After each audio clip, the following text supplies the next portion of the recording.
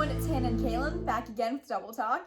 In June, residents of Philadelphia became up in arms over delays in trash collection in the midst of the COVID-19 pandemic. Sanitation worker Terrill Haigler noticed the residents' frustrations as large black trash bags continued to line the city's streets. On a mission to shed some light into the duties of a sanitation worker, Terrill created an Instagram account, @YourFaveTrashman, to give people an inside look at the daily habits of a trashman. Listen into a conversation with Terrill about his misunderstood work and about the profession he believes is probably the most underrated job in America. Terrill, first I want to start off by saying that I know I'm speaking for everybody watching, that I know your job can be a thankless one, but we really do appreciate what you in the sanitation business do to kind of keep our communities running. Can you describe the day in the life of a sanitation worker? Sure. So the first thing you will notice is the smell. The second thing you will notice is the walking. Average, my patient says I take about 35,000 steps a day. Wow. And then the third thing is, honestly, I kind of have fun.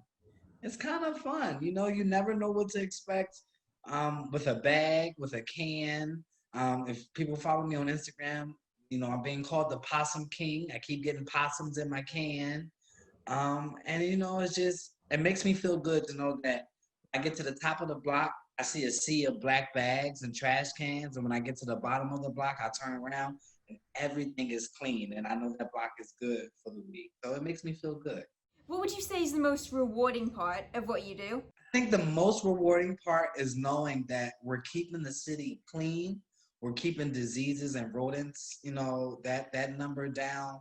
And honestly, I know for me is when you get to a house and you know the resident and they're smiling at you, they're happy that you're there. I mean, during COVID, the trash man is like the superhero. When we get to the top of the block, everybody runs outside, they're clapping, they're cheering, like the trash man is here. It's great. What inspired you to start documenting your day-to-day on Instagram? Well, here in Philadelphia, we went through a little trash epidemic where at a certain point we were like 4 to 5 days behind.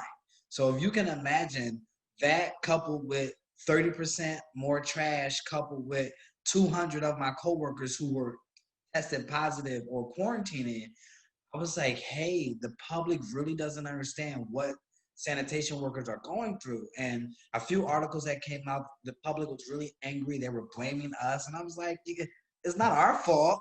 We're doing the best that we can. So I was like, hey, it's just because people don't have insight. People don't know what I deal with every day. People don't understand that when I pick up a bag, there could be a rodent hanging halfway out of it still eating dinner. You know, so I was like, hey, let me document it and use Instagram just to show people what it's like to be a sanitation worker. And let's be honest, like every little kid at one point wanted to be a trash man. To ride on the back of the truck. Exactly.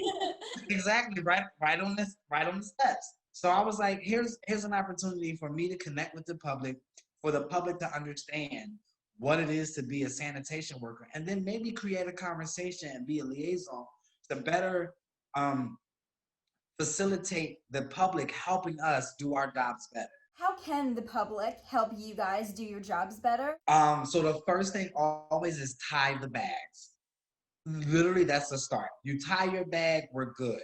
I say my biggest tip is drill holes in the bottom of your trash cans if they're not holes already, because when it rains, all that water gets trapped inside the can. The can goes from 45 pounds to 100, like Sure. just like that. So drill holes so that the water can release. Break the boxes down and then tie them with some twine, like in a cross, like a present pattern, so that all I have to do is pick up the twine and throw all the boxes away versus walking back and forth from my truck 30 times for 30 different boxes. The last thing is tie all your wood and your carpet up, put plastic over the mattresses and the box springs so that some people put their mattresses out, because they have bed bugs or something.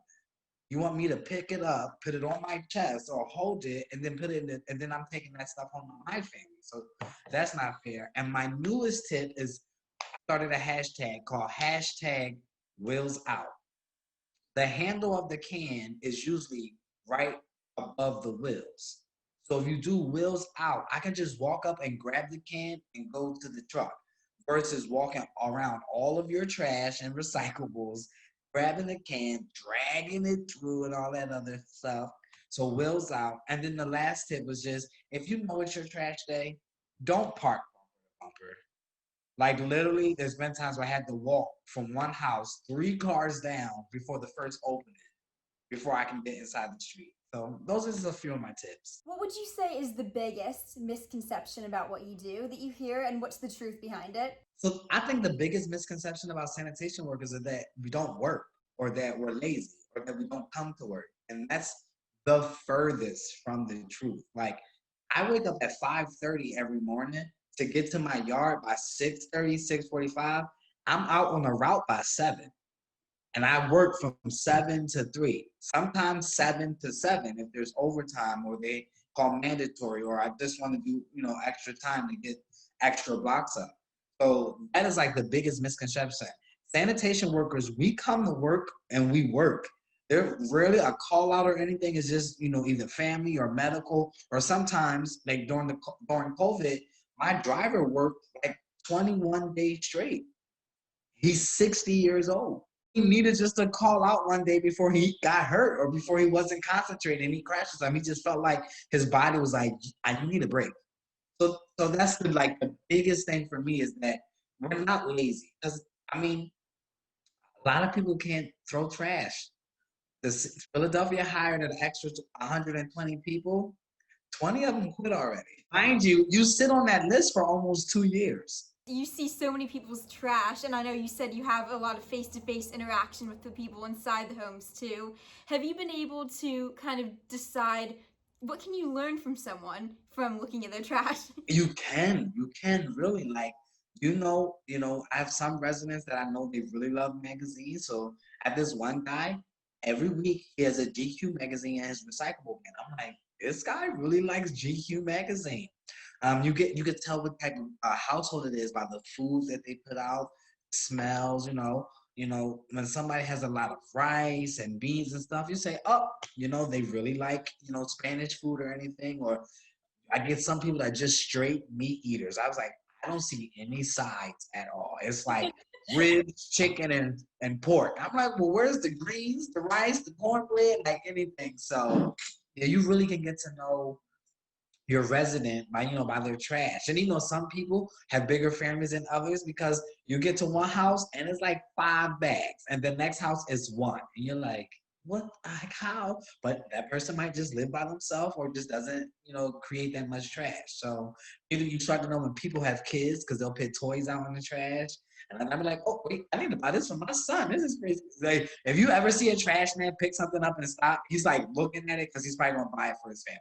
I mean, you see trash, but I imagine you see kind of a lot of cool or interesting things too. What's the most unique thing that you've seen that was like, wow, I didn't expect to see that here today? A vault. A vault? It was like waist high.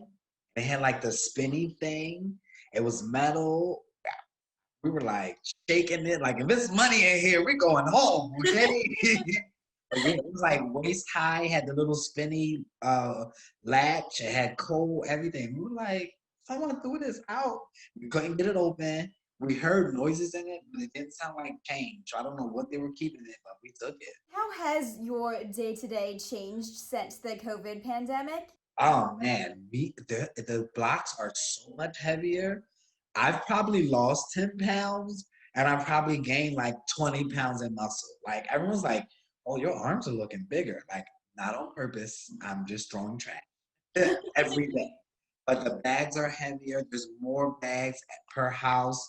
And I'm working a little bit longer hours. Like I just worked this past weekend. So I worked Saturday and Sunday this past weekend. So there's a lot more hours. And you get a little tired and stuff, but you just keep pushing through. I mean, honestly, when you have a good driver and a good partner, you gotta make it fun. You're with this person for 8 hours a day. So I know my driver is really cool. My partner's really cool. We laugh, we joke, we play around with each other. We're starting to get to know the residents, and so the residents play with us. And is he treating y'all right? And we're like, no. And the driver be like, what? Yes, I am. Like, no, he tried to kill us on the highway the other day, going 65 in a 30-ton truck. Like. So you gotta make it fun, that's how I choose to do it.